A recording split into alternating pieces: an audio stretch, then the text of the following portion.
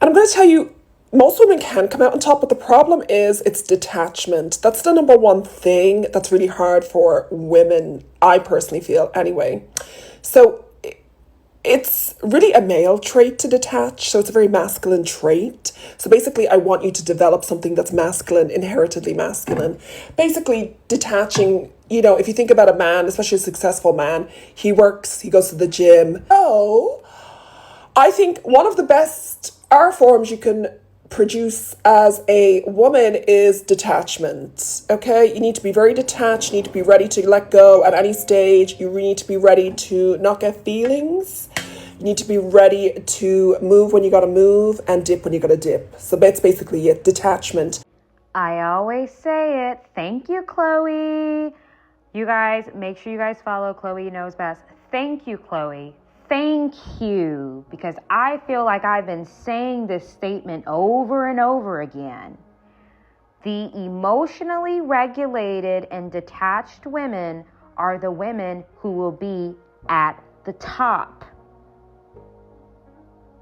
And if you watch the whole video, what does Chloe say? Chloe says that detachment is a masculine trait. Hence, why I said the more emotionally regulated and detached a woman becomes, the more she will be at the top, one, and two, the less women will be around her. Why? Because most women have not mastered detachment and emotional regulation. Therefore, the woman that has mastered it will not be able to keep a lot of women around her. Because it's too risky, one, it requires too much work, two, and it can put a dent in her plans, three. When a woman is emotionally detached and regulated, she'll make much better decisions romantically, right? Because people who are emotionally detached and regulated usually are very goal-oriented. They think about things from a more diplomatic and rational way and not an emotional way. So they tend to make better decisions overall, including romantic affairs. Two, she's going to be more successful than most women. She will be more successful because she's not scattered. When she says something, she does it. When she's going to do something, she sticks to it. She's not all over the place, right? A lot of women, I've noticed, have a hard time with decision making, right? They have a hard time making a decision or saying that they're going to do something and actually doing it. Women rarely deliver with what they say they're going to do because it's either an insecurity that shows up, a sadness that shows up. It's either some type of weird. With women, you never know because their emotions is what sways the direction that they go in. A woman's emotions is what will sway the direction that they go in 9 times out of 10. So, for example, if a woman tells me, oh, well, I'm going to do this, I'm going to do that, I want to do this, I want to do that, I just nod because there's a high percentage that none of the stuff that she's telling me is actually going to get done. Because for women, it's always something popping up for them. Some type of emotional hindrance or some type of sadness or a confusion or an insecurity or a self-doubt. It's always something emotional stopping women. It's rarely ever a physical roadblock or a health roadblock or a mobility problem. It's always something emotional that stops them from making decisions that are best for them, or it's an emotional outburst that destroys opportunities for them. A lot of women's opportunities get destroyed by their emotions, including romantic affairs. Once you show that guy that you're out of whack and emotionally unstable, you'll never be able to clean that up. Once you show a guy that you are a little bit crazy, you can't clean that up. You will never be able to sweep that up, right? So, a good example of this is actually what's going on with Nene. Shouts to Nene. I like Nene, by the way. Not trash talking her at all. But she was stating how, and Nene is from the Real Housewives of Atlanta, you guys. She was the show. She is Real Housewives of Atlanta. I'm gonna give her her flowers. She is the show. The show has never been the same and will never be the same without Nene. That's just me speaking facts. She is the show. However, when she left the show, I'm not really sure why that happened. She ended up filing a lawsuit against Bravo. I don't know the severity of what happened. Me personally, especially as a black woman, I personally would not file a lawsuit on a mass multi-million-dollar network that I worked for, because just in case there's room for negotiation in the future, I want to be able to leave that door open. Because sometimes these shows will ask you to come back and they'll triple your pay to have you back, especially when they see the ratings aren't the same. They will cut you a bigger check. But by filing the lawsuit, you shut the door completely. That was an emotional response. So now she's saying that Sheree got invited back, and even Kim Zolciak. They even invited Kim Zolciak back, but they didn't invite Nene. It's not because they wouldn't have. You kind of shut the door with the whole lawsuit thing. So I always ask women, are your emotions destroying your future? Is it destroying your plan? Because a lot of women, a lot of the destruction that you're seeing is a result of your lack of emotional control. You can't control your emotions. So you cross the wrong people. You talk to the wrong person crazy. You do something wild and out of whack. Or you let an insecurity get in the way and you F something up. And then after you do that, you're like, wow, I shouldn't have done that. But now it's too late though. And that's what I meant by the whole real world thing. In the real world, nobody's going to give you a second chance or be like, oh, well, you know, we know that you screwed that up and thank you for apologizing. We're going to give you a second chance. Not the real world. That's usually not how it works. In corporate spaces, corporate giants, high society, you're one and done. That's why I always tell women your emotions have to be under control, especially if you're trying to go into high-end spaces, because you're a one and done. You're a one and done. The minute somebody views you as a liability, or you're going to embarrass the function, or you're going to destroy the vibe of the atmosphere, you're one and done, ma'am. One and done. Right? Only the emotionally regulated women will usually be at the top. The emotionally dysregulated, the ones who have not mastered the art of detachment, the ones who are just too embedded in their emotions, will be stuck at the bottom, or they'll be mid. So what I love about what Chloe said, and make sure you guys follow Chloe Knows Best. She gives a lot of good points. I really like her page. It'll be linked below.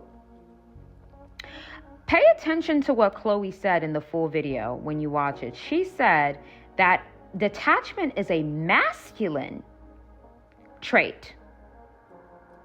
Detachment falls into the masculine category. Now, there's nothing wrong with masculine energy. That's what I'm always. That's why you have to be really careful with what you listen to online, because if you're a woman listening to this and you want to build a business, or you're trying to get somewhere, or you want to be successful, or you're trying to get to the top, you're gonna need masculine energy. I hope you know that. People who are villainizing masculine energy on a woman is not educated on the energies. Because if you were, you would know that being able to reach a goal, that's not feminine energy. Feminine energy doesn't reach goals. Feminine energy is scattered and creative. It's not goal-oriented and structured. Goal orientation and structure, that's masculine. That's a masculine trait. Me being able to keep up with this platform and stay consistent, I'm in my masculine energy. When I'm putting things together, when I'm putting classes together, when I'm uploading, when I'm doing calls, when I'm updating my site, that is masculine energy. You know that, right? I'm not in my feminine. I look feminine. I dress feminine. I am feminine, but I'm also masculine. I'm balancing both energies. But what a lot of women fail to do is they balance one and not the other. So a lot of women are hyper emotional, right? Meaning it's a lot going on with women in the emotion department. And that's why I hate to say it. I hate to say it, but I have to, because I have to speak the truth. When a woman tells me that she has a goal or she's trying to do something, I listen, but I have a I'll believe it when I see it approach to her, because most women are not emotionally regulated enough to hit a goal. They're not emotionally regulated enough. Sooner or later, there's going to be a pause. Watch. There's going to be a pause. They're going to disappear for a couple months, a year, 2 years. With women, there's a lot of pauses with them, because your emotions are always tugging away at what you need to be focused on. When I see a woman has consistency, I know she's very balanced in her masculine energy, because she's always showing up. Meaning, regardless of what she's feeling, she's going to show up. Right? That's why for me, when I was getting out of being emotionally dysregulated and getting out of being emotionally all over the place, what did I do? What happened? I kept showing up. Yeah, I'm feeling down. Yeah, I'm feeling out. But I got to show up, though, because I can't allow that to stop me from what I need to do.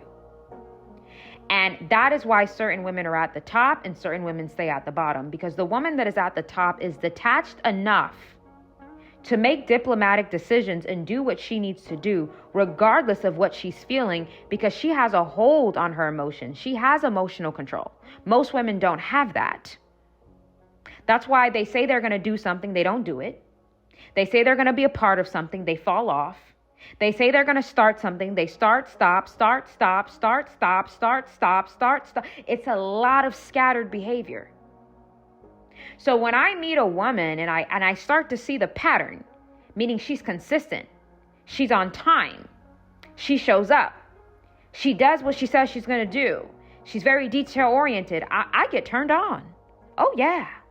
Not sexually now, but I do get turned on. Women like that turn me on. Because it's like, you're different. You are the small percentage. You are the type of woman I want to connect myself to, because you're serious. You have a hold on your emotions. You're balanced. When I meet women like that, I become very intrigued. And I'm like, wow, what's your story? How did you get a grip? Because a lot of women are stuck in the emotional limbo, making the same mistakes, looking for emotional labor, emotional dumping. There's a lot of emotional dumping when it comes to women. A lot of women, you're not in friendships. You have a woman that you emotionally dump on. That's not your friend. That is somebody that you make responsible for your emotional labor. That's not a friend to you. That's someone that you use as a dumping tool, right? And that is also why for me in the past, friendships became a challenge, because I don't want to get dumped on by you, right? Like, I don't want, like, my emotions are in check. I'm the kind of person where it's very rare for somebody to know if I'm going through a hard time. You won't know, because I'm always showing up. You're not going to know. Only the people closest to me will know, because I don't emotionally dump on people, and I don't do that because it's not fair to the other person. You are not responsible for my emotional labor. I am. A man is not responsible. My husband, even though that's my husband, and of course, your husband should love you. You know, even if my husband loves me, even though my husband loves me, I don't unload on him. I'm still responsible for myself. And that is the part of my personality sometimes that triggers women, because women want to come to me and unload on me. And I don't allow that, because I force women to be responsible for themselves. That's the point of this whole platform. I make sure that men and women are taking responsibility for themselves. Other people are not responsible for you. You're responsible for you. So when women start to unload, or they start to overshare, or they start to place their insecurities on me, or they start to overwhelm me, I stop them. I stop it from the beginning, because I'm not responsible for your emotional labor. You are. I'm not responsible for that. So in all honesty, it's like there are a few spaces like this that will help women, but the world doesn't really care about women having emotional regulation because they feel like we're going to just keep having everything ran by men because men at least have a grip in that area. So we're just not going to, and it's unfortunate, right? The first thing when I want to talk about emotional regulation, the first thing that I want to talk about is when it comes to romance, women have to understand that men are very goal-oriented. The masculine is goal-oriented. So while a man is thinking with his mind, you're thinking with your heart. He's thinking, okay, she's beautiful, she has this, she has that, or I need a place to stay, she has a nice apartment. He's thinking about getting what he needs out of the situation. A goal, something tangible. You're thinking about emotional reinforcement that you may need and all this stuff. Just like what Chloe said, women have to be detached in order to make diplomatic decisions, in order to be able to get what they want, especially romantically. Here's the second thing. How emotional dysregulation holds women back. Women will rarely stick to the plan. I know how successful a woman will be based on how she's able to stick to a plan. Most women can't stick to a plan because they're all over the place. I want to do this, then I don't want to do this. I want to be a part of this, then I can't be a part of this. I want to go here, then they don't go there. Women can never, it's easy for them to know what they want to do, but they can't stick to it though. They can't execute it. That's why when a woman tells me she wants to do something, I just nod. Because there's a 75% chance it's not going to get done. Because it's going to be some emotional thing that gets in the way, some type of sadness, some type of delay, some type of, I'm just not feel. It's always going to be something that's going to cause her to not execute. That's why when a woman executes, it's a turn on for me. I get turned on. Not turned on sexually. I get turned on like, whoa, okay, so she's in a different lane than most. So when she says she's going to do something, she does it. When she has an ideal, she sticks to it. Ooh, let me get to know her because that's the kind of woman I want to be connected to.